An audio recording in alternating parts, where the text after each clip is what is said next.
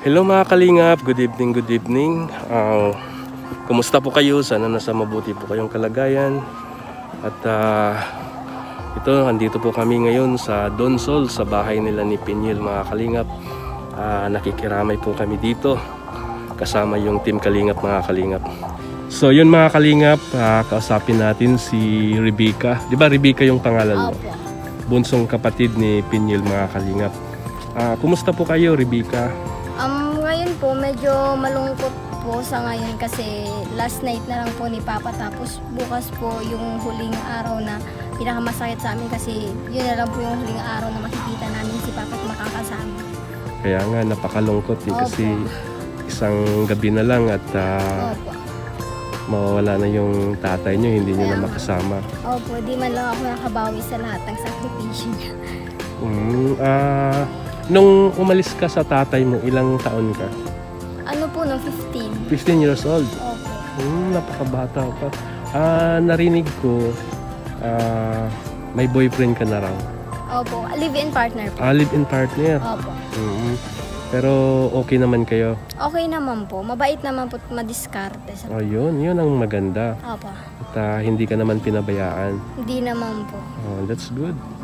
At halimbawa kung merong tutulong sa iyo na paaralin ka ulit, mag-aaral ka ulit, anong i-grab mo ba 'yon? Opo, kasi opportunity na po 'yun para sa akin kasi nung una po na nakasala ako sa scholar, sinayang ko po.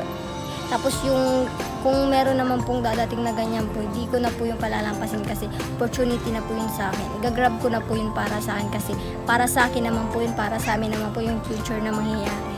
Oo, tama yun. Kaya kasi yung pagkakataon kasi isang bisis lang yung darating sa buhay. Kaya nga po. Nagiging scholar ka rin pala? Opo, naging scholar po. Diyan po sa may Sorsogon po, nag-exam po kami. Tapos sayang, dalawa po kaming nakapasok. Sayang nga po kasi ganun po yung nangyari. Oo, sayang. So, pagkatapos ng libing, uuwi na rin kayo sa Bataan? Opo. Hindi ko pa naman po sana gustong umuwi o bumalik po dun sa Manila. Iniisip ko lang po kasi yung binali po namin doon na pera. Baka po kasi mawala ng tiwala, magalit sa amin. Kahit gusto ko pa naman po mag-stay dito, makabanding ko po yung mga kapatid ko. Hindi ko po magawa kasi ayaw ko naman po na masira yung tiwala ng amo po ni Angelo sa amin. Kasi isang linggo pa lang naman po kami doon. Buti nga po at napabali po kami ng 13K. Bali 20 na po. Oo, napakalaki, 20K. Kaya di po namin akalain din na mapapahiram kami kahit isang linggo pa lang po kami doon nag-stay. So, ano yung nararamdaman mo ngayon? Ano po, medyo malungkot din po. Kaya nga kasi magkahiwalay-hiwalay na naman kayo magkapatid. Oo, yung panganay pupunta ng Isabela. Opo. Tapos si Pinyel, pupunta ba siya ng Opo, pumayag na po siya. That's good. Yung decision niya na doon po sa diet. Maganda kasing opportunity yun na Rebecca. Kahit ikaw, napakabata mo pa. Pero kung halimbawa tutulungan ka nila ni Ate Edna, nila ni Kuya Bal, wag mo sayangin yung opportunity. I-explain mo lang doon sa live-in partner mo na ganito para din naman sa atin future. Opo, maintindihan niya naman po yun. Support na lang po talaga dapat siya sa akin. Sa gusto kong gawin sa buhay. Maraming nagsabi bro na maganda si Rebecca. So, yun Rebecca, buti hindi ka ilang taon kayo nagsama ng 8 buwan pa lang. 8 buwan pa lang, bago pa lang. Bago pa lang. Oo. Buti hindi nyo naisipan na mabuntis. Hindi ko pa naman po talaga gusto na mabuntis kasi alam ko pong mahirap.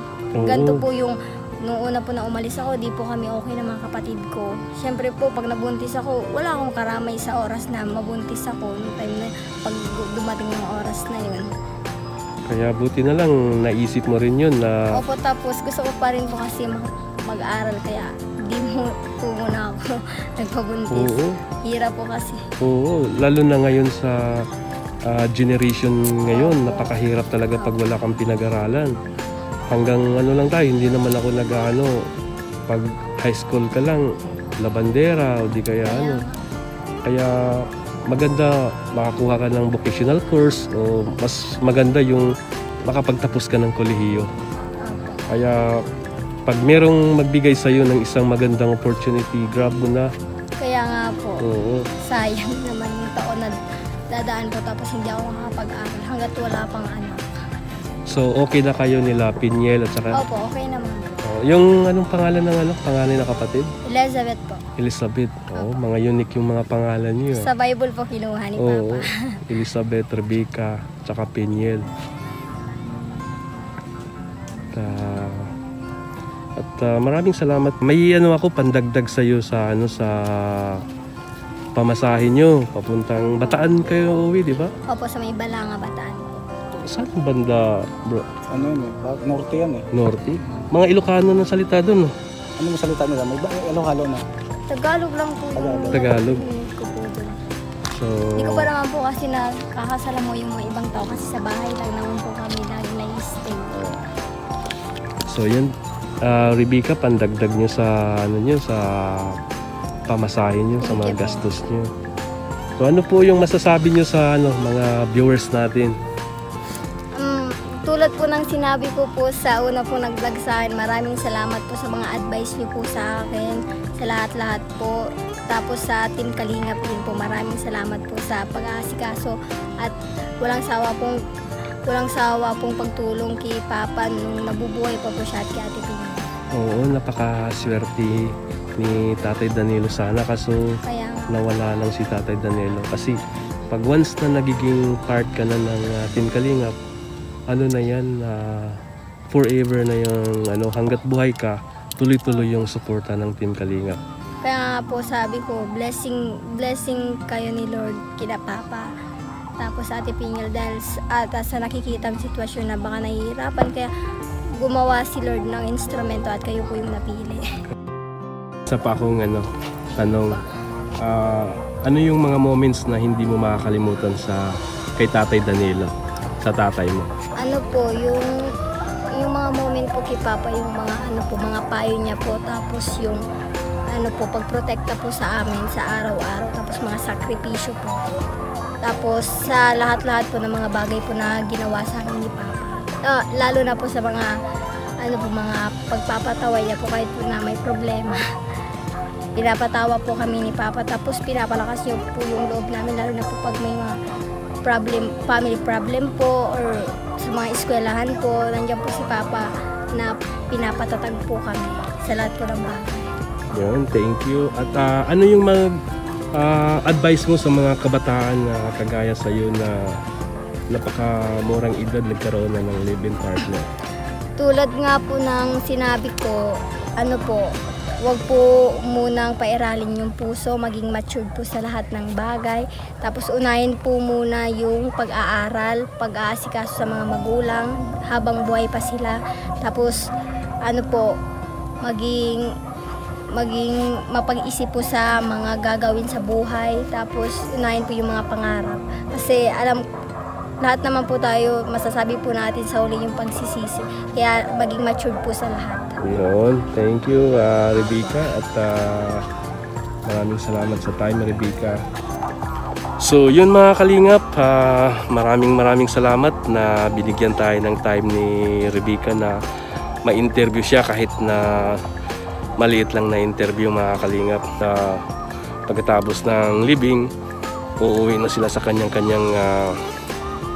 pamamahay sa kanya-kanyang nilang lugar.